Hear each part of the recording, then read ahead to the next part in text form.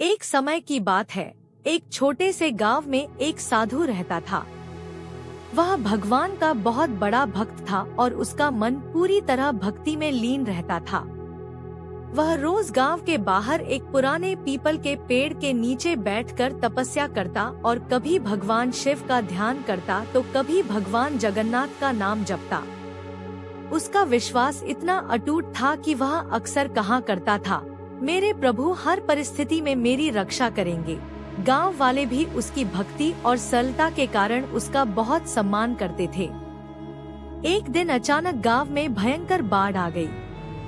आसमान में काले बादल छा गए, तेज बारिश होने लगी और देखते ही देखते चारों तरफ पानी ही पानी भर गया। लोग अपने घर छोड़कर ऊंचे स्थानों की ओर भागने लगे।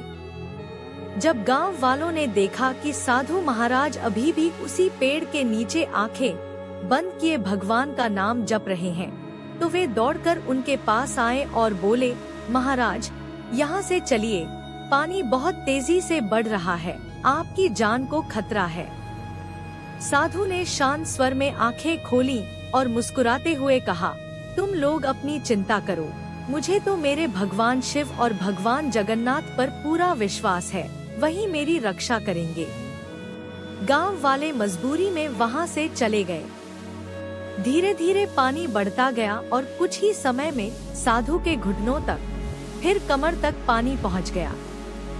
तभी वहां से एक नाव गुजरी। नाविक ने साधु को देखा और जोर से आवाज लगाई, महाराज जल्दी से इस नाव पर आ जाइए, मैं आपको सुरक्षित जगह पर ले चलता हूँ।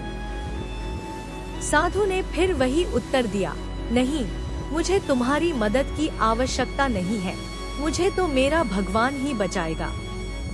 नाविक ने बहुत समझाया, लेकिन साधु नहीं माने और नाविक वहां से चला गया।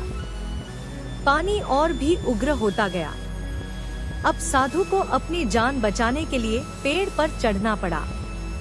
वह पेड़ की ऊंची डाल पर बैठकर आंखें बंद करके और भी जोर से भगवान का नाम जपने लगा, हे भगवान शिव, हे भगवान जगन्नाथ, अब आप ही मेरी रक्षा करें। तभी आसमान में तेज आवाज गूंजी और एक हेलीकॉप्टर वहां आ पहुंचा। बचाव दल ने साधु को देखा और तुरंत एक रस्सी नीचे लटकाई। उन्होंने चिल्लाकर कहा, महाराज इस रस्सी को पकड़ लीजिए, हम आपको सुरक्षित स्थान पर ले जाएंगे। लेकिन साधु अपनी जिद पर अड़ा रहा। उसने ऊपर देखते हुए कहा, मुझे किसी इंसान की मदद नहीं चाहिए, मुझे तो मेरा भगवान ही बचाएगा। बचाव दल ने काफी कोशिश की, लेकिन जब साधु नहीं माने तो वे भी वहां से चले गए। कुछ ही देर बाद बाढ़ का पानी और तेज हो गया, पेड़ की जड़ें हिलने लगी और आखिरकार वह पेड़ बह गया। साधु भी उस प्रचंड धारा में बह गए और उनकी मृत्यु हो गई। मरने के बाद जब साधु स्वर्ग पहुँचे तो उन्होंने भगवान के सामने हाथ जोड़कर दुखी मन से कहा, हे प्रभु, मैंने जीवन भर आपकी सच्चे मन से भक्ति की, आपकी आराधना की, फिर भी जब मैं संकट में था तब आप मुझे बचाने क्यों नहीं आए? तभी भगवान प्रकट हुए और करुणा भरे स्वर में बोले, हे साधु, मैं तुम्हारी रक्षा करने एक बार नहीं, 3 बार आया था।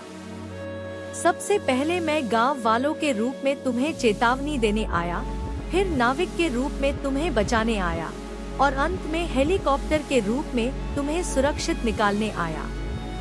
लेकिन तुमने मेरे हर रूप को ठुकरा दिया। तुमने मेरी सहायता को पहचानने से इनकार कर दिया। साधु को अपनी गलती का एहसास हुआ। उसने सिर झुका लिया और समझ गया कि भगवान केवल चमत्कार के रूप में ही नहीं, बल्कि इंसानों और परिस्थितियों के माध्यम से भी हमारी मदद करते हैं। इस कहानी से हमें यही सीख मिलती है कि भगवान पर विश्वास रखना बहुत अच्छी बात है, लेकिन उनके द्वारा दिए गए अवसरों और संकेतों को पहचानना भी उतना ही जरूरी है।